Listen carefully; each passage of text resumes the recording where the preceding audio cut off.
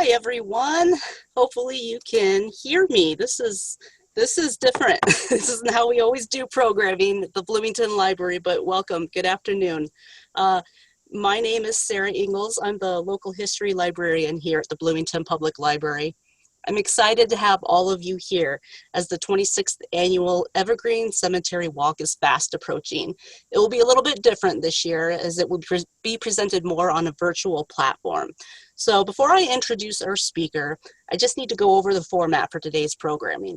We're going to be recording today's program so that people who could join us could probably watch it later on the museum's YouTube page if all things go well. If you have a question for our speaker, please submit it in the Q&A box located in the toolbar at the bottom of your screen. Questions will be answered at the end of the program. If you're having a technical issue, say with sound, drop a comment in the chat box and we can see if we can resolve the issue with you. So I am pleased to introduce today's speaker, Candace Summers. Candace is the Director of Education and Lead Coordinator for the Evergreen Cemetery Walk. She has worked at the McLean County Museum of History for over 15 years. Each year, she helps to educate over 20,000 people in Central Illinois through educational programs like the Evergreen Cemetery Walk. And about 8,000 of those individuals are school children and senior citizens who receive in-depth educational programs free of charge. So welcome, Candace, and you can take it away. All right. Thank you so much for joining us today, everyone. It's kind of a really nice day to be inside, really rainy and gloomy. But also this weather kind of reminds me that it is getting to be that time of year for the Evergreen Cemetery Walk, which this year we have moved to a virtual platform due to the continued COVID-19 pandemic. But we're really excited that we have found a way to continue this time-honored community event.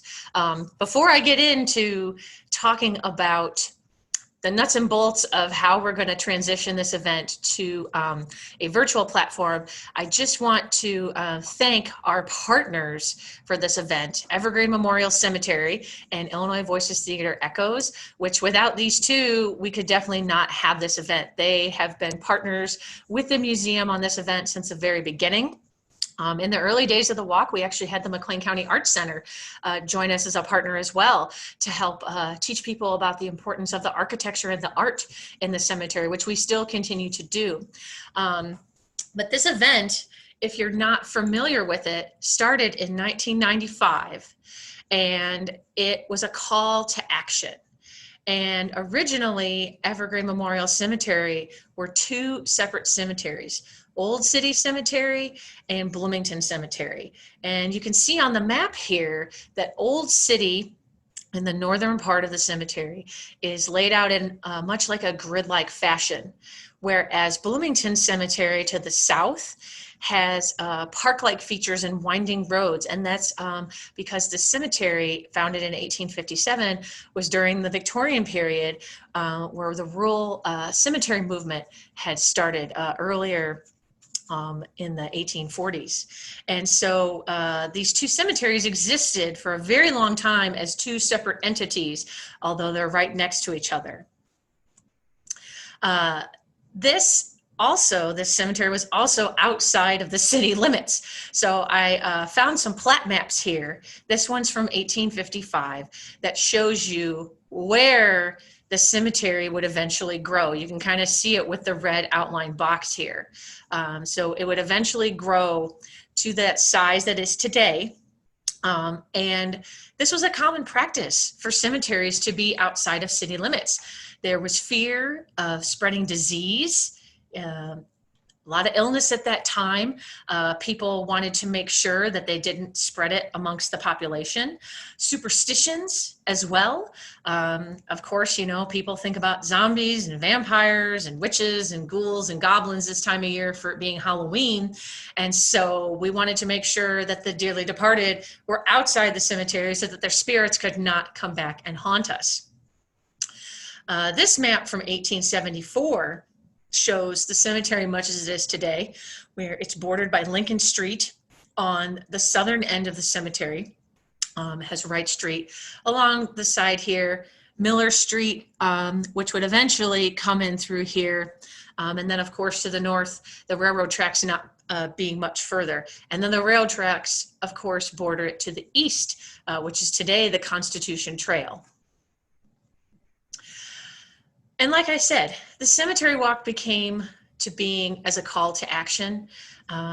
Vandalism had been prevalent in Evergreen Memorial Cemetery for most of its history. We can go back to records in the 1800s and see people talking about disrespectful behavior happening in the cemeteries, people breaking fences down, because at the time, caretakers will only take care of your plots if you paid extra, called perpetual care. And so a lot of parts of the cemetery were just left to be. They become overgrown, they would become unkempt, and that just kind of was an invitation for people to come in and do vandalism like the pictures you see here. Although these pictures are much later, we find many, many instances of vandalism all throughout the cemetery's history. The one on the left, which is in the section of the cemetery that is to Spanish American and Civil War veterans, was from 1968. In 1969, the one on the right where you see the Bloomington police officers, that was when over 100 tombstones were vandalized. We're fortunate to have these images thanks to the Pantograph negative collection that the museum was given by the Pantograph, I believe in 2013. So the museum is in the slow process, diligent process of digitizing 1.3 million negatives that are part of our collection now. And these are just some of the gems that we have been able to find in that collection to help us tell the story of how this event came to be. These pictures right here are from 1980 and 1981. They look like almost the exact identical spot of the cemetery. I believe this is facing the south, which would be Lincoln Street today. So you can see vandals decided they wanted to hit the exact same spot 2 years in a row, with about 30 monuments damaged at one time, each time. So like I said, in the 1990s, the call to action came about, and actually the cemetery had been going through some troubles, and people in the community were upset. And so in the 1960s, a movement began to merge those two cemeteries. And the benefit of merging the two cemeteries is because as two separate cemeteries, they had a hard time taking care of the place. They couldn't get taxes from the residents to help take care, to mow the grass, to watch out for the stones, to fix them if necessary. And so when the two cemeteries merged, they were taken over by the city of Bloomington Township. And the township has the power to levy taxes. And so with that, then they started making the cemetery right. They started, taking care of it, fixing the stones that were broken, mowing the grass regularly, really preserving and protecting the cemetery how it should be. But the vandalism kept happening. And so in 1990, Lyle Converse, some of you may have remembered Lyle or knew him, who was a member of the Board of Trustees of Evergreen Memorial Cemetery.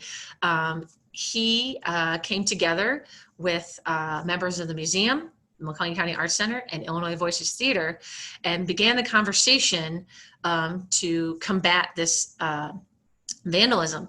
And members of the museum staff learned about this new event called the Cemetery Walk in 1994 after attending a museum conference. It was a new event that was getting started up to try and combat vandalism in cemeteries. It wasn't just a problem in McLean County. It wasn't just a problem in Illinois. It was a problem nationwide. And it was found that the people doing the vandalism, unfortunately, were younger people. And so we really wanted to educate people about why they should not vandalize cemeteries and why they needed to preserve and protect them. So in 1995, the museum, Illinois Voices Theater, and Evergreen Memorial Cemetery had our very first cemetery walk. I believe the estimates on the attendance were about 1,000 people. We did 2 public days on a weekend and several days for school children. And that's what makes our event unique, is that we have school kids come to this event. And I'll talk a little bit more about that in just a bit. Sadly, even though our efforts have been quite dramatic in decreasing the vandalism from happening in Evergreen Cemetery. It still happens occasionally. This instance of vandalism right here was from 2015. Some individuals went into Evergreen Cemetery late at night and damaged 8 monuments, including scratching graffiti into the vault at Evergreen Memorial Cemetery. And this made big news locally. It really made big news. And I remember getting the call from Tina Crow, who was the manager of the cemetery at that time. And my heart just sank when she told me that somebody had come in and done this, because it had been probably about 7 years since any vandalism had been done. And I was brand new at the museum the first time I had witnessed any vandalism out at the cemetery. But the one thing that made this aspect different is that people did a social media campaign to try and spread the word about this happening, to see if they could identify the individuals who were responsible for it, and they did. They did identify the young people responsible for it, and one of them did end up getting in a lot of trouble and having to pay some restitution to help clean up out there. And the cemetery was able to get rid of the vandalism on the vault, and also what was broken of the monuments as well. And so that, that was great. And I really do think that the power of this event helped bring that awareness to people and helped people understand why it is so important to honor and preserve our cemeteries, because they are a part of our history. They are history, and where the people who made our history are buried. And just a few years ago in 2017, we had some more vandalism. Some individuals, again, late at night, decided they were going to spray paint this time. But fortunately, again, our awesome cemetery staff was able to clean up all of the monuments, get most of the spray paint off. The only portions of the monuments that still had some spray paint left on them was the bases where the stone is rusticated. It's very difficult to get all that spray paint out of them, because there's just so many, little pores and cracks and crevices in it.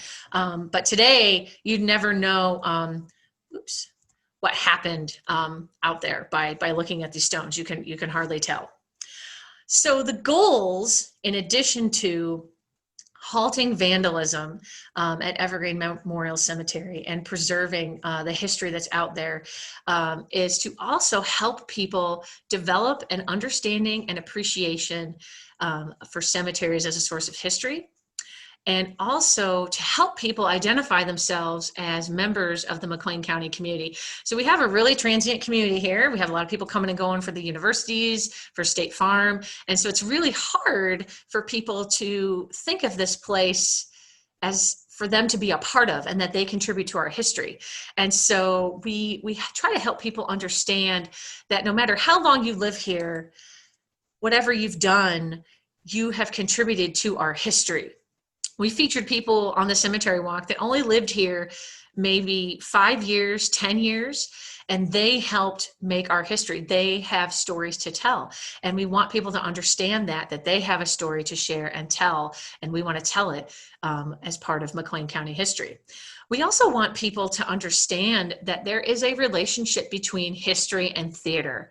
And history can help theater tell so many stories, and theater can help bring history to life.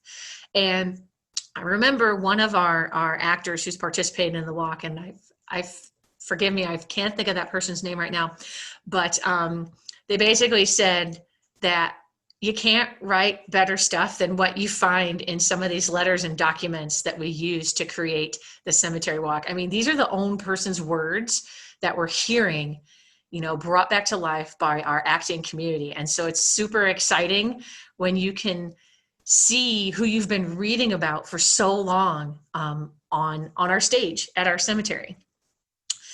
The actors and the people buried here are just one part of the walk. The monuments are another, and the sites that you see out at the cemetery are another.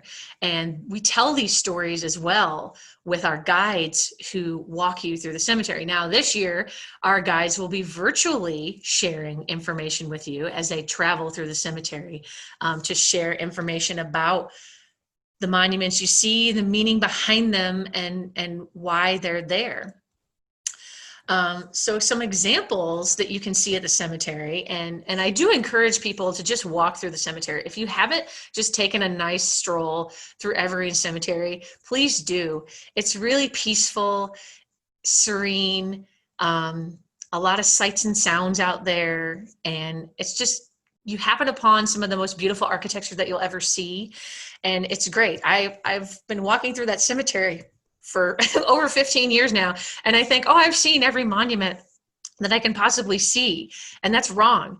Just this year, wandering through the cemetery as we're doing one of our rehearsals, and there's another monument. I had no idea, it was there, and the style, and I wanted to know more. I wanted to know more about that person too. But cenotaphs are a monument erected to the memory of a person whose body is buried somewhere else. So this one in the picture is of Howard Humphreys. It's right in the middle of the big circle, which is not far from Adlai Stevenson II's grave. And Howard Humphreys was actually killed in action during World War II and rests in the Philippines. But his family wanted a place that they could memorialize him and visit. And so they decided to erect this with the rest of the family who are buried out there in Evergreen Cemetery. Obelisks are very popular out in Evergreen Cemetery. There's short ones, tall ones, big ones, skinny ones, and they became popular in the late 1800s when the Egyptian revival architectural style was at its popularity. Large or small, the style originated over 4,000 years ago in ancient Egypt, and the obelisk came to represent rebirth and a connection between earth and heaven. And in cemeteries, they symbolize eternity and memorialization. And they were also an affordable kind of monument. As you can see here, there are some tall ones, like David Davis's is 24.5 feet tall. The one in the middle is to the Timmerman family. It is the tallest obelisk in Evergreen Memorial Cemetery at 25 feet tall. And then you see the kind of smaller, more reasonable one that was for William Hobbs. That's not too much taller than our actor standing there, who was Hobbs one year. So there was one size that could fit everybody, or multiple sizes that could fit everybody. Gathered wheat stalks on a monument means that harvested into a new life, often denoting someone dying later in life. So gathering and preparing you to go on to the next life. Mausoleums. So some cemeteries have lots of mausoleums in them. We have 7 in addition to the main mausoleum, which is at the front of the cemetery. They were quite popular in Victorian cemeteries. It's a structure erected with space in the walls for above ground interment. They typically have a small chapel area for the family to use, and mausoleums often represented the wealth of the family able to build one. The word mausoleum comes from one of the 7 wonders of the world, from the tomb of the ruler named Mausolus of Persia. So like I said, we have 7. The one you can see here, the John M. Scott one, is on the right. And then I believe the one on the left was the Van Schoik Mausoleum. There's also one mausoleum that, to our knowledge, is the only one in McLean County with a woman's name on it, Mrs. Anna Davis, who ran a boarding house in Bloomington at one time. She must have made quite a bit of money from that boarding house to be able to have her own mausoleum. Garden memorials are very popular, especially in modern cemetery practices. It could be a bench, it could be a chair, a sundial, a bird bath used to commemorate a burial. Empty furniture can also signify sudden loss and is usually found on a child's grave. And it's not disrespectful to sit on a garden memorial like this. This is a way the person is inviting you to sit and visit with them. So some people have asked me if it's okay, and it's like, this is perfectly okay. That's what a bench is for you to sit and visit. Because visiting cemeteries was not always taboo. In the Victorian time, visiting cemeteries was a way that you could get out of the city, get away from the pollution, the disease. Parks were not widespread yet, so you could go to a peaceful cemetery, which was park-like I mentioned before, and go and have a picnic and visit your loved ones. So it's kind of hearkening back to those early cemetery cultural practices with having benches again in cemeteries. So there are several structures and special cemeteries that can make up a cemetery. Each one of them has a specific function and purpose. There are children's sections. So Evergreen has two official children's sections. One is dedicated to Dorothy Gage.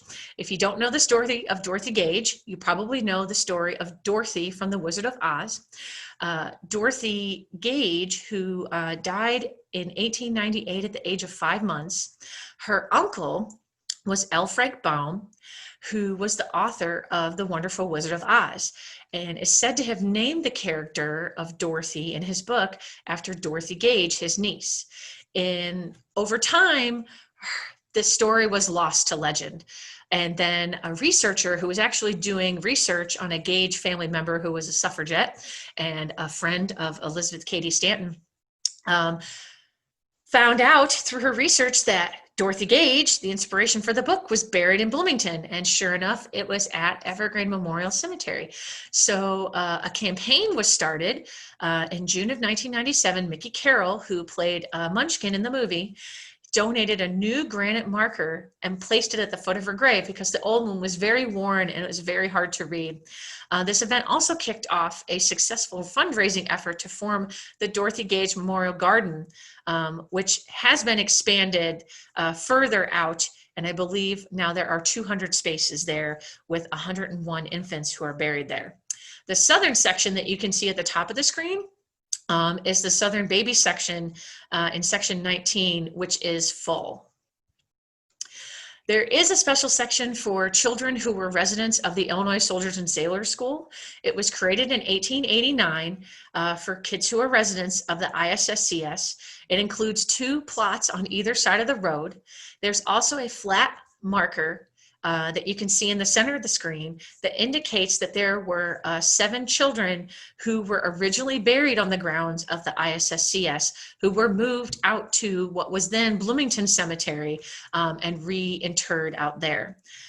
You can also see that one row of the graves is less than 3 feet apart from each other. One of the biggest sites you can see out at Evergreen Cemetery is the Bloomington Cemetery Vault.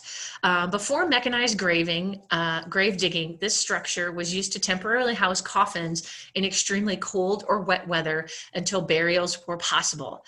The vault seen here was built directly into the side of the hill, what was then Bloomington Cemetery. It was designed by local monument makers H.J. Higgins and Company, and constructed in 1888. So the picture you're seeing at the top of the screen was just after it had been completed 1 year. It's a beautiful building that is faced with limestone. It has excised letters and designs, and the entrance was embellished with a pediment, just like Greek architecture. Today, the vault is used to store maintenance equipment and was updated in 2010 with all new landscaping.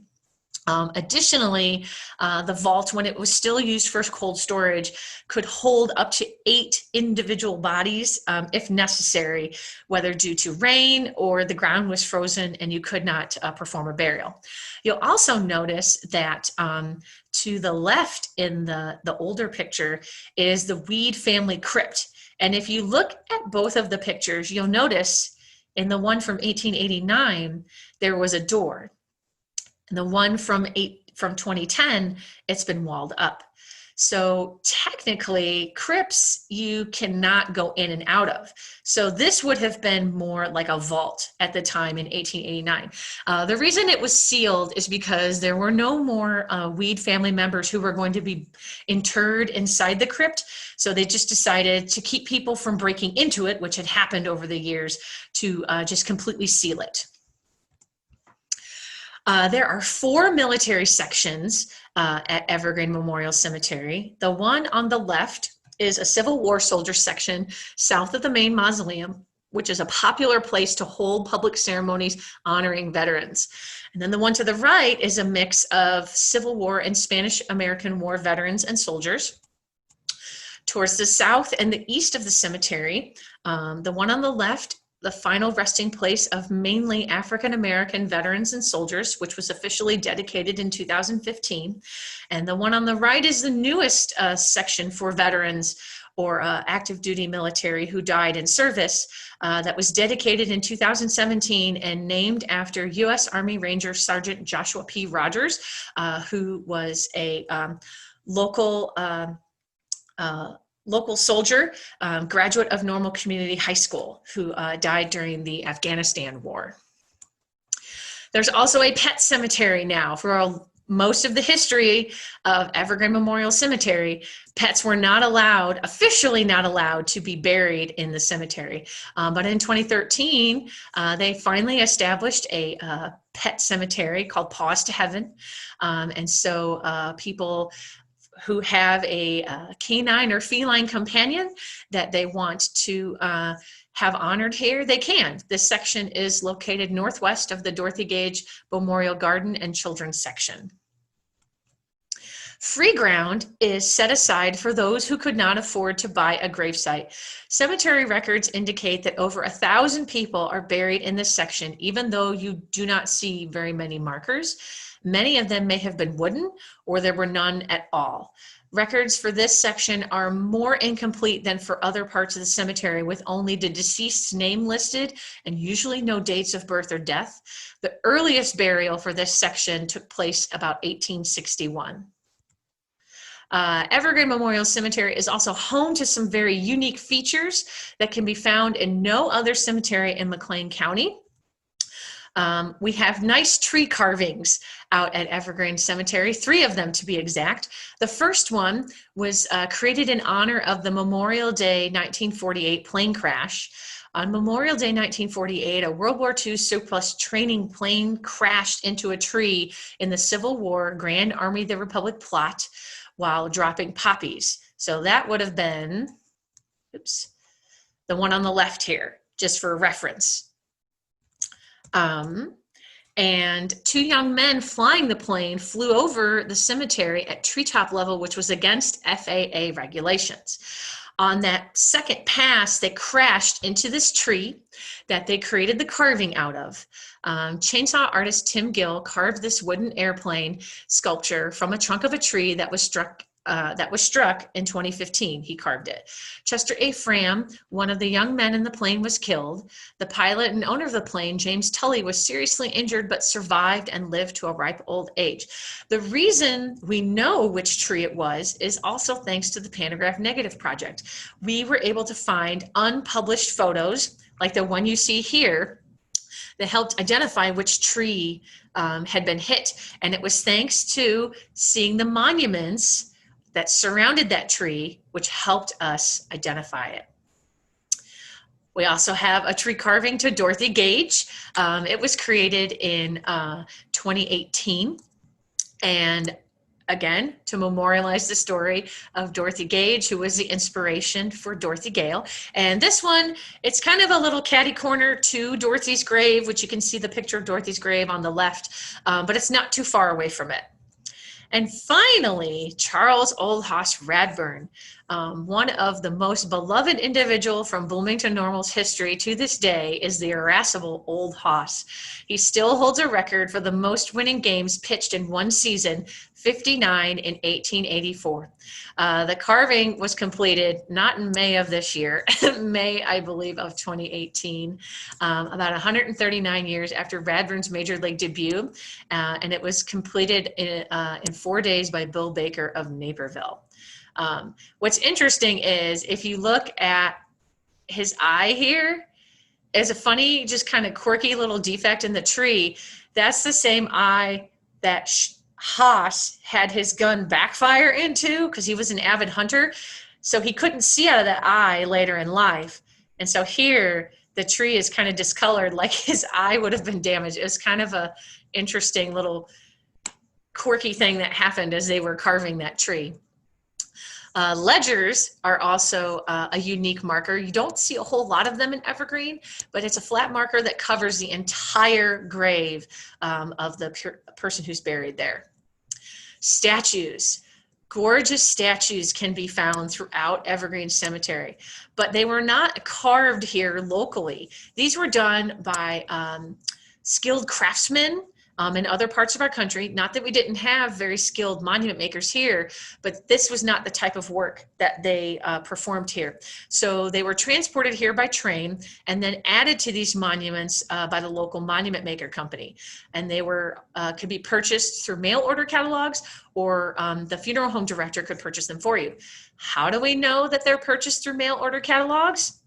Because in the records of Higgins, Young, and Kleinow, which was one of the most well-known monument makers here in McLean County and probably Central Illinois, had a statue pasted inside of one of their ledgers that this person, F.W. Cook, wanted on top of their monument.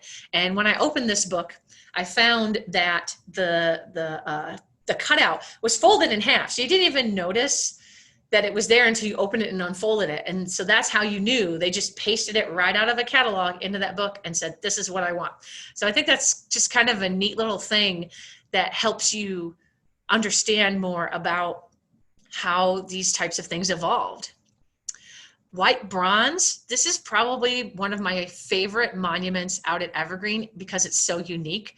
So the monument to Herman Schrader is quite interesting. It is one of only 3 white bronze monuments in Evergreen Cemetery. White bronze is a zinc alloy. These monuments were made almost exclusively by the Monumental Bronze Company of Bridgeport, Connecticut from 1874 to 1914, a very small window of time. It probably never became popular because of its strange color.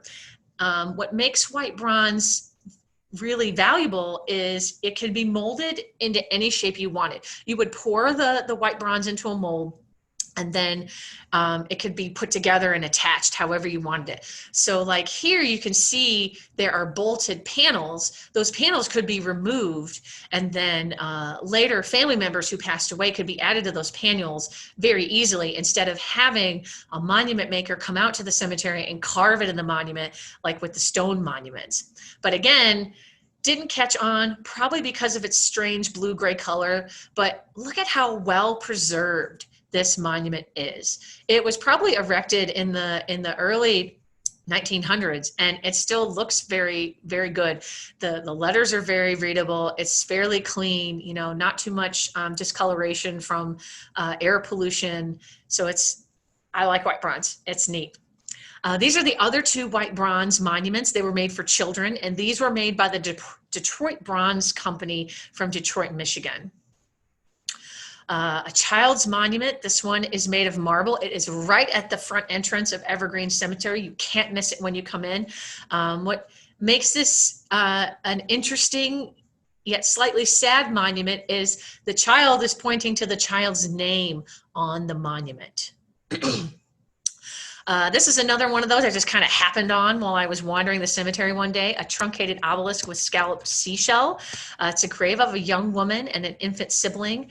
It's usually, the scalloped seashell is a symbol of a person's Christian pilgrimage or their journey into the afterlife. Cemetery symbols, you can pretty much get any kind of symbol you want on a cemetery these days. Because thanks to laser etching, that's what makes it possible. Before, a little more limited because you were hand carving all these symbols on the monuments beforehand. Hands are very common on monuments even to this day.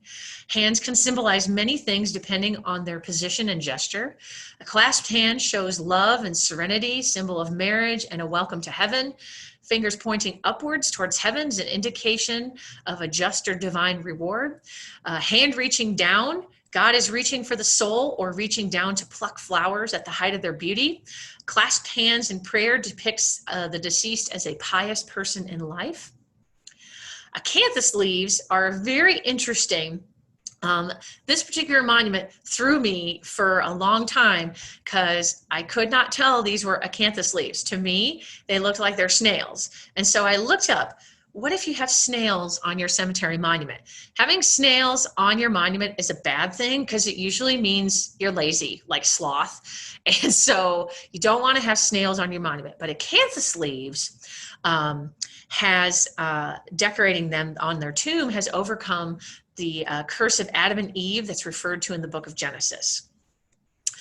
This is another one of my favorite ones. It's a pineapple. There's only one in the entire cemetery. And if you have a pineapple at your gravesite, it usually means they're welcoming you to their grave. They want you to visit and that they were a good host when they were alive. Fruit can mean fertility and abundance. So you could have a fruit basket on top of your grave. Upside down torches mean a life snuffed out or the end of a life. And like I said, modern symbols, you can have just about anything you want thanks to laser etching. So you can see in the middle, this gentleman had their World War II Navy picture in there. The one on the left is still some hand carving. But you can see this person liked basketball and music and football. The one on the right is one of my favorite modern monuments, the pink granite diva monument. She must have really loved accessories, purses and shoes, and so wanted to show people that even after she had passed on. And many of these monuments that were created out there in Evergreen Cemetery were created by Higgins, Young, and Kleinow. This building still exists today on Front Street. Most of you will probably recognize it from the Pars rug store that's there. Built in 1886 and designed by local architect George Miller, Higgins constructed a new 3-story building, one which showcased his skills and talents as a monument maker. So this was like his business card. He did all this carving on the outside of the building because he wanted to advertise to people, this is what I can do if you hire me to make your monument. And this photo was taken in 1889, so not long after it had been completed. This is a neat picture we have in our archival collection of some of the workers of Higgins, Young, and Kleinow. I'm not sure if Higgins is in this picture, but Jacob Young, right here with the pipe sticking out of his mouth, is in the picture. He was one of the partners of the firm. We also have this fascinating picture of the interior of the shop. And some of these monuments, I know exactly where they are in Evergreen Memorial Cemetery. So it's cool to see them on the sales floor and then find them out at Evergreen Cemetery. It's really fascinating. So, like I said, we tell the story of the monuments, we tell the story of the cemetery, but we tell the story of the people who are buried at Evergreen Cemetery. To date, we have featured 190 different people in this event, and that includes this year's cast of characters. And it's not just the story of the who's who of McLean County. We try to pick the stories of the everyday people, the ones that have been long forgotten, because they're the ones that really help make the history. It's the everyday stories about people living their lives and what they experience that help us understand how we are the way we are today. And of course, following the milestone 25th anniversary last year, how could we top last year's cemetery walk? By having to take it online due to a pandemic. Every year I think to myself, how am I going to top last year? Well, I think 2020 for all of us decided I'm going to help you top it all. So this was a big decision for us. Like everybody else, we were hoping, it'll just be a couple months. Hopefully we'll get to do some kind of in-person event because this was in the fall. But as it continued on, we realized we need to make a plan A and a plan B. So plan A is to have an in-person event like we all know and love, probably with some modifications to, help, keep the spread of COVID in check. Plan B was to do a video of the cemetery walk and take it online so that no matter where you are, no matter what things were going on, we would still be able to experience this walk. It never entered our minds to cancel this event at all. We wanted to make sure that we could find a way to do this event, not only to continue to support our mission of educating the public about the history of McLean County and the importance of cemeteries, but to also make sure that our schools, school children make up fully 60% of who experience the cemetery walk every year, that they would still be able to have this unique educational experience, but also to support our theatrical community.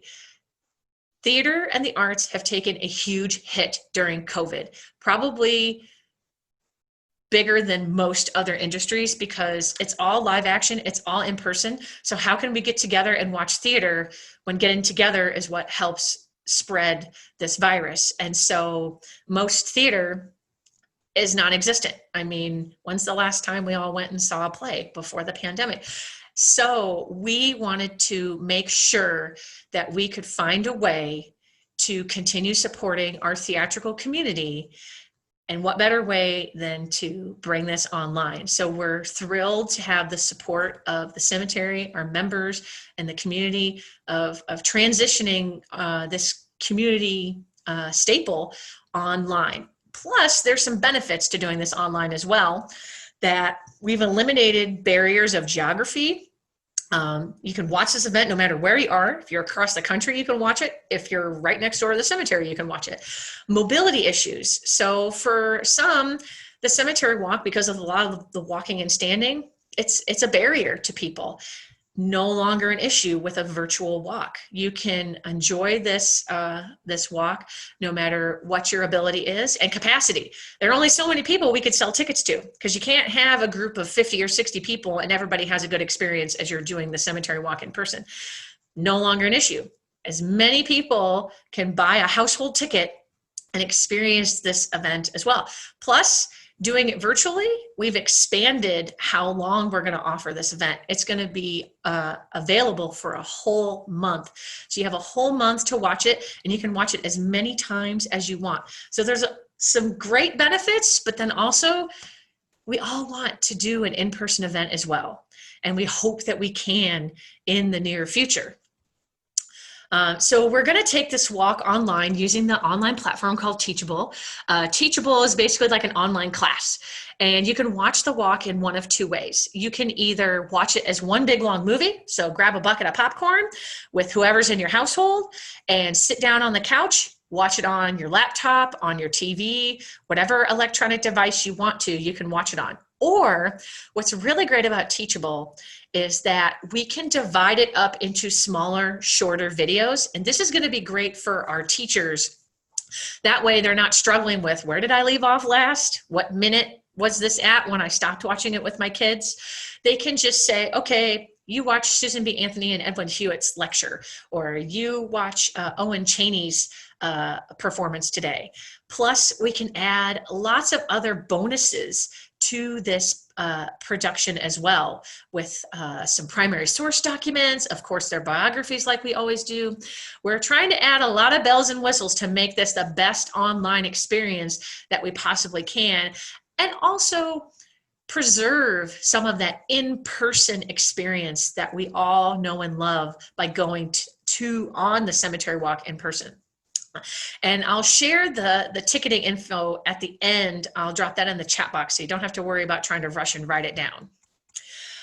In addition, like I said, we're going to add additional content, including bonus videos, where it's always great because we can ask our tour guides anything we want as we are walking through the cemetery in amongst all the different performances. Can't necessarily do that with a video. So we're trying to think of some of the most frequently asked questions our attendees ask our guides. And one of the videos we created is about those tree carvings that are out in Evergreen, because they are very popular, that people visit quite a bit. And you are one of the first groups of people to get to see photos from our dress rehearsals and our video production. We are almost done doing the video for the walk. We, of course, had to move up the timeline that we do the cemetery walk in order to make it a video in time to release it on October 3rd, which would have been our first in-person day.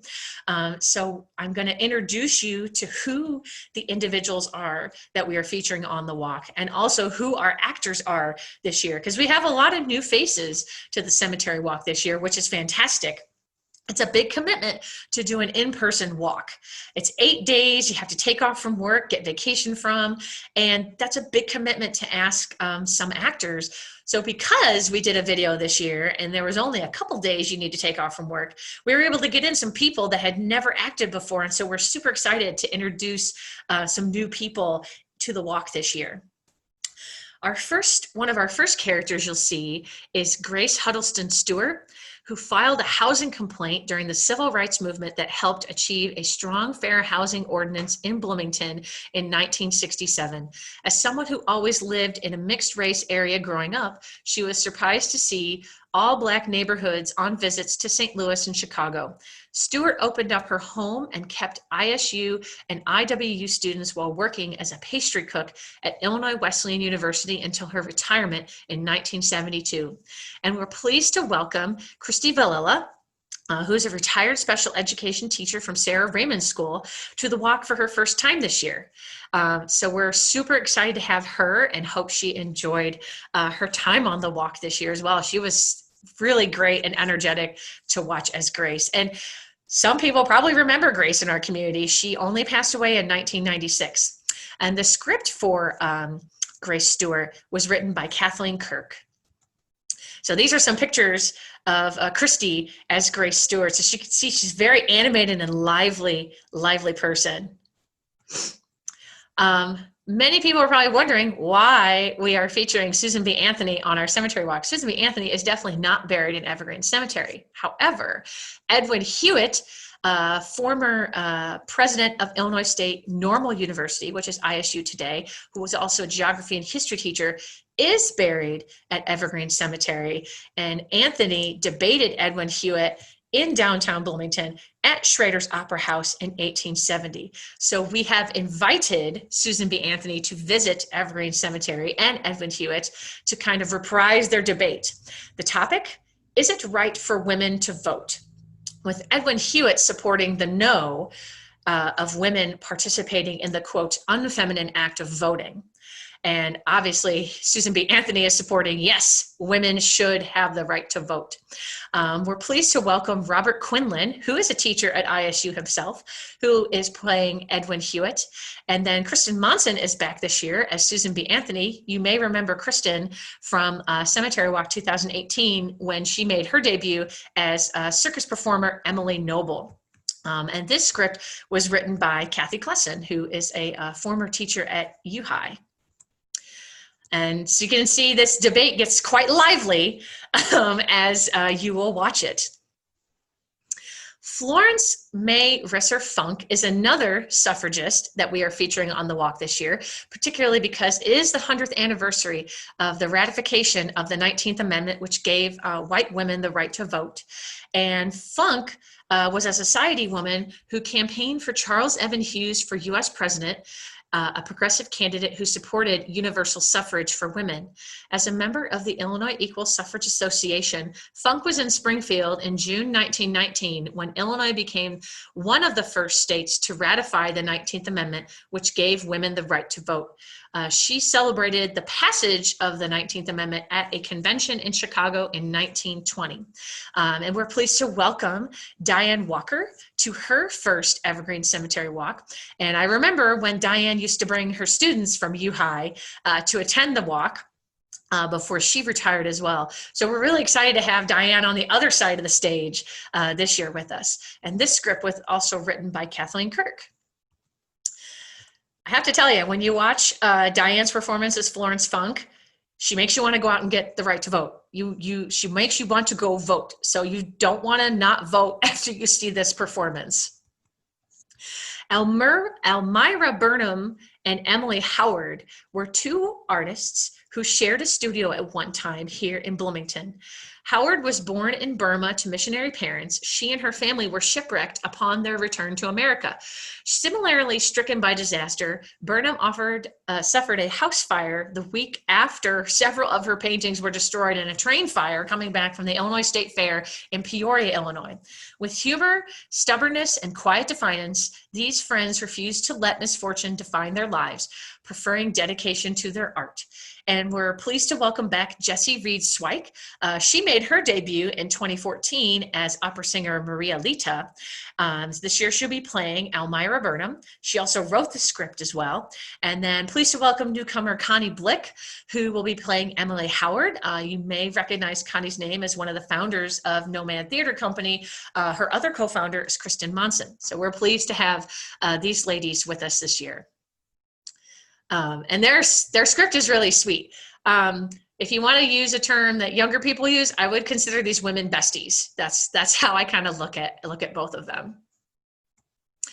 Owen Lee Cheney was an inventor, a hot air balloonist, sports promoter, a saloon keeper, and a dandy known for several inventions, and more than a few scandals. As a teenager, Cheney fought in the Civil War. When he was older, he was eager to find creative ways of making money, even if it meant selling liquor after hours, stealing a racehorse, or risking family finances. Feisty and competitive, Lee Cheney had plenty of fight left in him before he passed away quietly in his chair of heart failure at the age of 64. I also will add to this guy, I think, liked to tell tall tales as well. When he talks about when he was a teenager, he often said he was 13 when he joined the Civil War, but I have a lot of records that say he was 16. So there's a big difference between 13 and 16. The script was written by Todd Weinmurder, and Owen Cheney is being performed by John Pulling, who is back for his second cemetery walk this year. He made his debut in 2015 as W.O. Davis. So we're really excited to have John back, and his performance is really fun. As you can see, he's a very animated performer, even has a wheel, a barrel of chance that you will learn all about if you watch the cemetery walk with us this year. And finally, William McCausland, who was an African-American barber who cut white men's hair in Bloomington, a convention of his times. An intelligent, civic-minded, and charismatic man, McCausland had his letters home from the Civil War published in the Pantograph. Following the war, he helped arrange a reception for guest speaker Frederick Douglass in 1866. McCausland's very early death was probably due to exposure to illness during his service. We're not 100% sure where William McCausland is buried in Evergreen Cemetery. Cemetery records in the oldest part of the cemetery, Old City to the north, are very spotty. What records we do have are thanks to the McLean County Genealogical Society, who walked the rows of the cemetery in the 1970s and created documentation by writing down the names and information on all the headstones of the cemetery. So that is the records that both we use and the cemetery use to locate people out there. The Genealogy Society also consulted other obituaries and records they had access to help try to create the most complete record of burials out there. We do know McCausland was buried in Bloomington, and since Old City is the oldest cemetery in Bloomington, founded in the early 1830s, this would have been the only option for McCausland when he passed away as a burial location for a person of color at that time. So we're 99.999% sure that he is out there. And he is being portrayed by Lulo Jamal, who is an up-and-coming thespian and aspiring nursing student, and is joining us for the walk this year. And it's a wonderful performance. I got to see the dress rehearsal last weekend, so everybody is in for a real treat. All of the performances this year are just dynamite. And you can see him here as William McCausland. We could not do any of this without our volunteers. Now, in a normal year, when we're all able to gather together, we have upwards of 40 volunteers who give about 1,500 hours of time, in addition to all the staff time that goes in, the actors' time, like that. While we don't have 40 this year and we're not going to have 1,500 hours, we definitely still have volunteer researchers that are very involved in helping us create the guide script and create the biographies of the people being featured this year. We have our 2 tour guides this year, John Capasso and Denise Flees-Romack, who are going to be your guides on the virtual walk.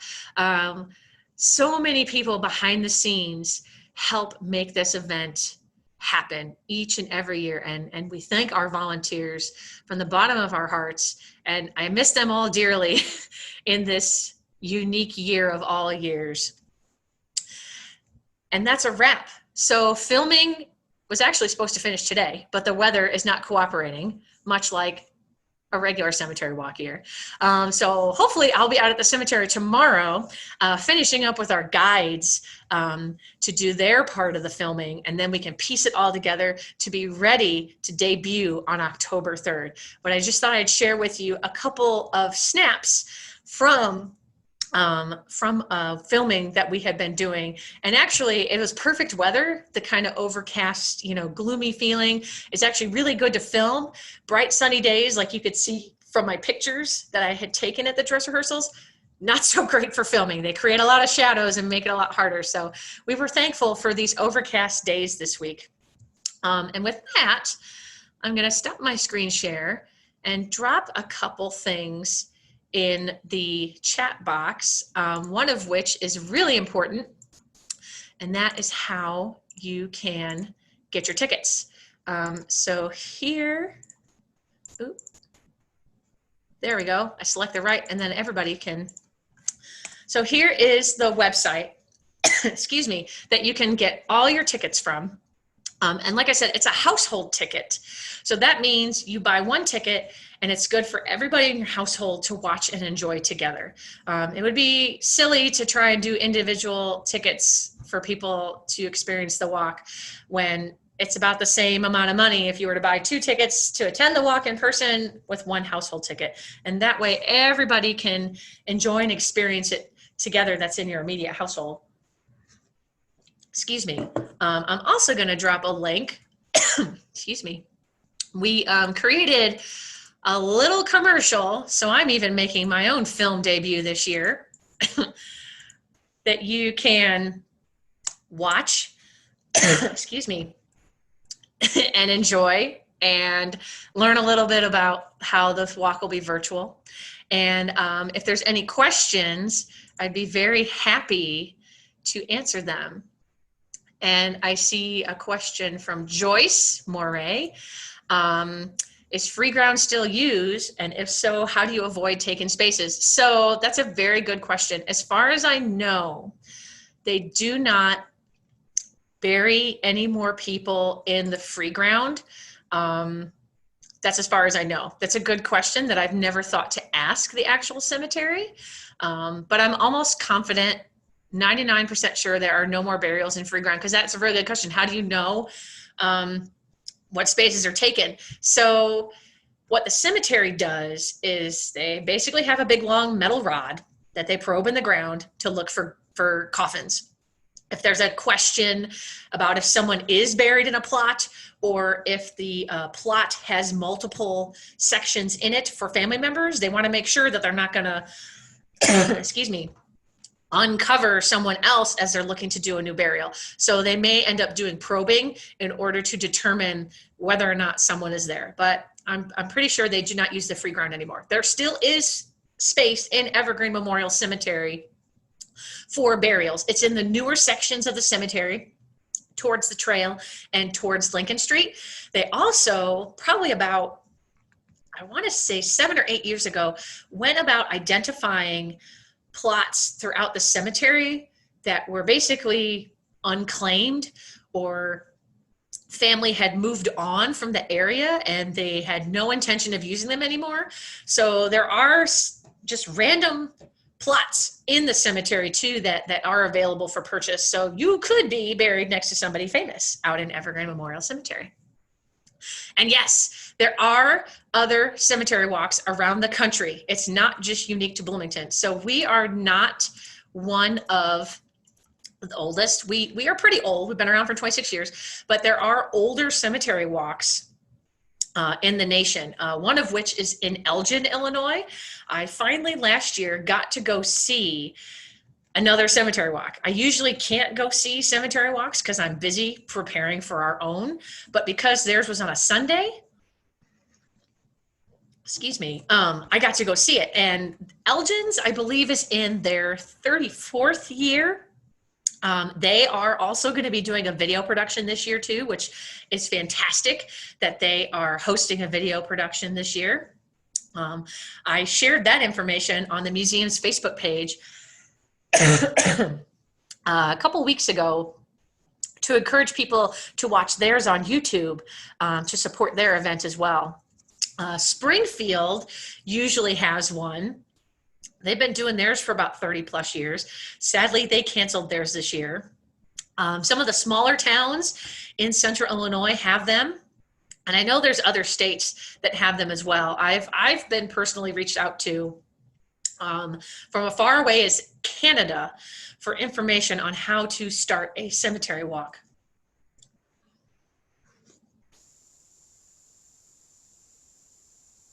Pardon me.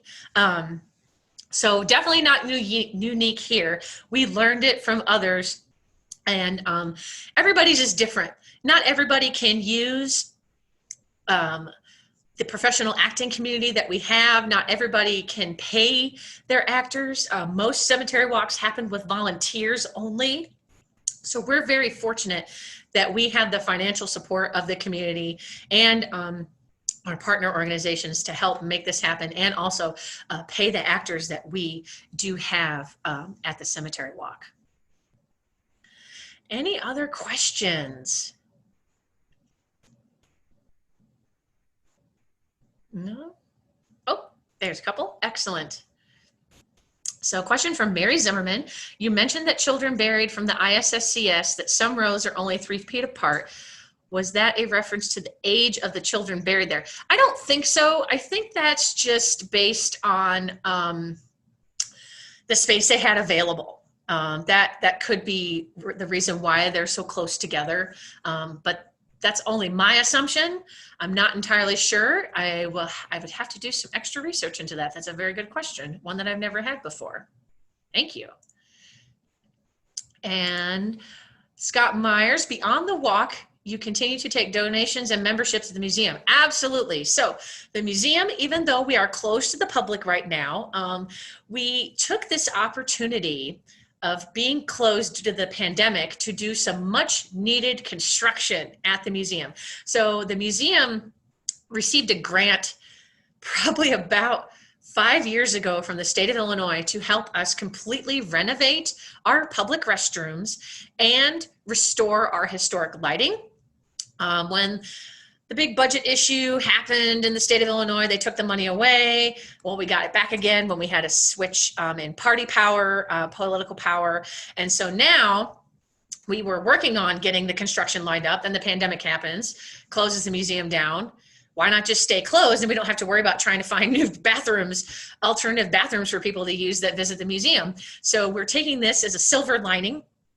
Construction actually started last Thursday, and if you go to the museum, you can see all kinds of construction vehicles and a dumpster out there. They're completely gutting our public bathrooms. They're moving the women's restroom over near the men's restroom, and they're going to be great. They're going to be modern and new and shiny, and then our historic lighting is getting completely restored. So when people come back to the museum, when we can reopen, it's going to be a real treat for people. And definitely still always looking for members, and of course financial support to keep events like the cemetery walk happening. But again, this is not a money-making event for us. This is an event that is a gift to the community, and an event that we want to present to the community to help educate the public. That is our main goal, is to educate the public about the importance of cemeteries and the importance of our local history.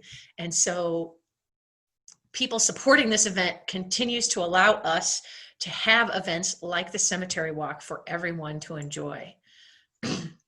Shirley Craig asks if the crypt, which is now used for maintenance equipment, the crypt closed to the left looks like architecture's changed. Was that due to damage or age? That's a very good question. I believe that over the years, it had been modified several times, because when I joined the museum in 2015, the crypt did not look like it did in the 1889 photo. So I think over time, it probably had been renovated due to damage, because it looked very much like bricks that had been put together. And so when they redid it this time, they modified it again in order to seal it up completely. So I think it's a combination of both damage and age, and the need to completely seal it today in order to keep people from breaking into it, unfortunately. Good questions. All right. Oh, and the one thing I did forget to add into the chat box is the ticket price because tickets for the general public household are $25, and then members receive a $5 discount. So I will put the discount code in there as well as soon as I scroll down really quick. There we go, to find it. And so when you sign up for the walk on Teachable, and then you enter that coupon code at checkout, for museum members, you get a $5 discount. So it'll only be $20 to view the walk. And again, you can watch the walk on whatever device you want. We will be sharing with people instructions on how to watch it on a smart TV, but you can watch it on an iPad, an iPhone. Apple does have an app for Teachable that you can download from the App Store. You can watch it on a regular TV. We'll include instructions on how to connect your laptop to a non-smart TV so that you can watch it on the big screen. I actually figured out the instructions the other day myself because I am not very tech savvy and we have a smart TV now. So I wanted to make sure if I could understand it, then anybody can understand it. And it looks pretty sharp on us on the big screen. We just have our video up, our commercial up right now on the Teachable site. But yeah, it looked really nice on the big screen. So it'll be a whole new experience watching the cemetery walk on the big screen this year. Well, with that, thank you all so much for joining our program today. If you do have any other questions, please email me at the museum. My email address is the word education@mchistory.org. You can go to our website, mchistory.org, to get more information about the walk. You can click the button there to go directly to Teachable and buy tickets. You can also see who this year's characters are, and we've started loading their biographies onto the website. So if you're just dying, get it? I just did a funny there, dying to know more information about this year's characters, you can download their biographies now. But I do thank you again, and I hope that you will join us for our first ever Evergreen Cemetery Walk online this year. And I also hope that you have a great rest of the day. So thank you so much, and be well.